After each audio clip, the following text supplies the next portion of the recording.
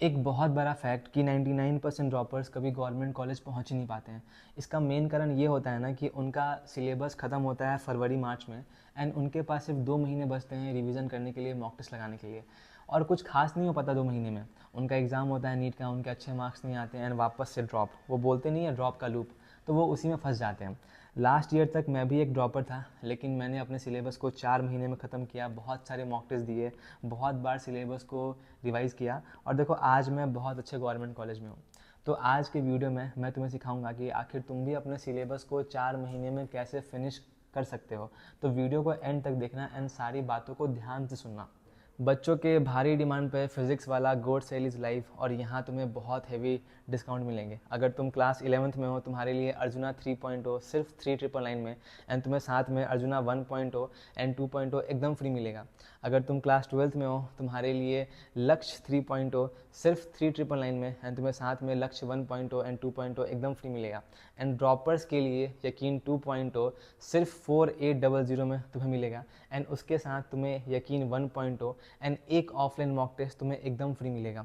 तो देर किस बात की, जाओ और इस सेल का फ़ायदा उठाओ। और अगर तुम मेरा कोड यूज़ करते हो HEETA100, तुम्हें और एक्स्ट्रा डिस्काउंट मिलेगा। मैंने उसका लिंक नीचे दिया है, you can join from there.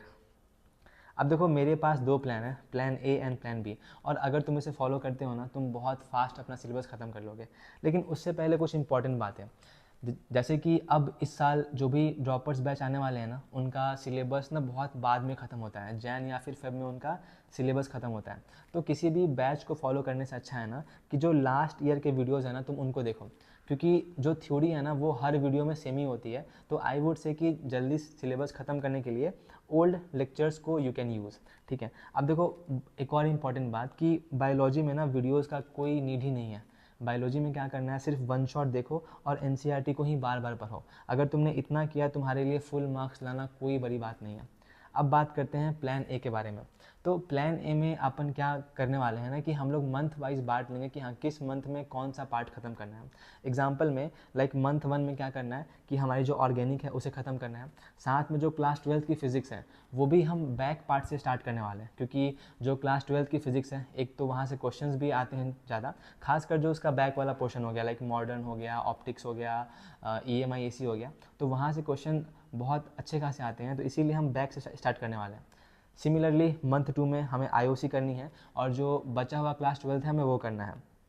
Same month 3 में हमें फिजिकल लगानी है, और जो क्लास 11th का फिजिक्स है वो भी हमें बैक पार्ट से स्टार्ट करना है।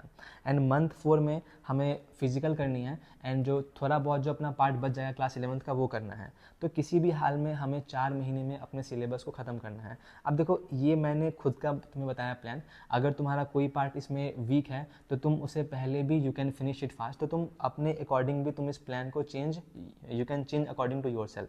लेकिन एक बात याद रखना कि हमें ऑर्गेनिक किसी भी हाल में 30 से 40 डेज़ में ख़त्म करनी है।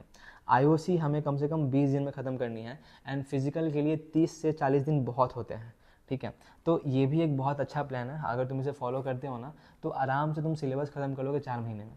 लेकिन उससे भी एक अच्छा प्लान है जो कि मैंने खुद फॉलो किया था, वो है किसी भी एक मॉक टेस्ट को फॉलो करना। अब देखो, किसी भी मॉक टेस्ट में क्या होता है ना कि 7 या फिर 8 पार्ट टेस्ट होते हैं उसमें। तुम्हें क्या, तो what you have to do कि तुम एक पार्ट टेस्ट का तुम सिलेबस लो, उस सिलेबस को ख़त्म करना है, एंड फिर हमें उसका मॉक टेस्ट देना है। अब देखो एग्जांपल में ना, मेरे पास एक कोचिंग का मॉक टेस्ट है, यहाँ करीब 7 से 8 पार्ट टेस्ट दिए हुए हैं। आई विल फिक्स कि हाँ मुझे 14 डेज़ में एक पार्ट टेस्ट का सिलेबस ख़त्म करना है, एंड उसके बाद उसका मॉक टेस्ट देना है। तो इससे क्या होगा ना कि जो 8 पार्ट टेस्ट है ना वो मेरे कम से कम 4 महीने में ख़त्म हो जाएंगे, और 4 महीने में उसके साथ मेरा सिलेबस भी ख़त्म हो जाएगा। ठीक है। अब देखो, एक और चीज़ कि सिलेबस ख़त्म करने का मतलब ये नहीं है कि बस नोट्स पढ़ना या फिर वीडियोज़ देखना, उसके साथ तुम्हें क्वेश्चन प्रैक्टिस भी करना है। लाइक देखो, स्टार्टिंग में ना बहुत क्वेश्चन नहीं लगाने हैं, तुम्हें बस 3 चीज़ करनी है। पहला कि जो नीट के PYQs है बस वो लगा लेना, साथ में एक अच्छी सी मॉड्यूल वो फॉलो करनी है, और ऑर्गेनिक IOC एंड बायोलॉजी के लिए तुम्हें NCERT अच्छे से पढ़नी है। तो ये 3 चीज़ अपन फर्स्ट टाइम जो अपन सिलेबस ख़त्म करेंगे ना तो उसके साथ में लगा लेंगे। जो बच गया, लाइक जो JEE मेंस हो गया, कोई स्टैंडर्ड बुक हो गया, या फिर मॉक टेस्ट हो गया ना, ये अपन बाद में एज अ रिवीजन लगा लेंगे, समझे। अब देखो एक और चीज़ कि 4 महीने में सिलेबस ख़त्म करना बहुत मुश्किल होता है। तुम्हें कम से कम दिन के 10 से 12 घंटे पढ़ने पड़ेंगे। लेकिन ट्रस्ट मी, अगर तुमने 4 महीने में अपना सिलेबस ख़त्म कर लिया ना, तुम्हारे पास करीब 5 महीने होंगे रिवीजन के लिए, मॉक टेस्ट के लिए। और अगर तुमने इतने अच्छे से रिवीजन कर लिया ना, तो तुम्हारे लिए गवर्नमेंट कॉलेज पहुंचना कोई कोई बड़ी बात नहीं है। तुम बहुत अच्छे कॉलेज पहुंच सकते हो, ठीक है। तो इसीलिए थोड़ा सा मेहनत करो और अपने सिलेबस को बहुत फास्टली ख़त्म करो। अब देखो ये एक मेरा ग्रुप है जहाँ पे मैं तुम्हें मॉक टेस्ट हो गया, मॉड्यूल्स हो गया, मैं वहाँ पे भेजता रहता हूँ। तो you can join for all the modules and mock test. अगर तुम्हें वीडियो अच्छा लगा हो और तुम चाहते हो कि मैं तुम्हें पूरे साल ऐसे ही हेल्प करूँ, तो प्लीज़ डू सब्सक्राइब मी। इससे मुझे बहुत मोटिवेशन मिलती है तुम्हें पूरे साल हेल्प करने के लिए। So thanks for watching, please subscribe me.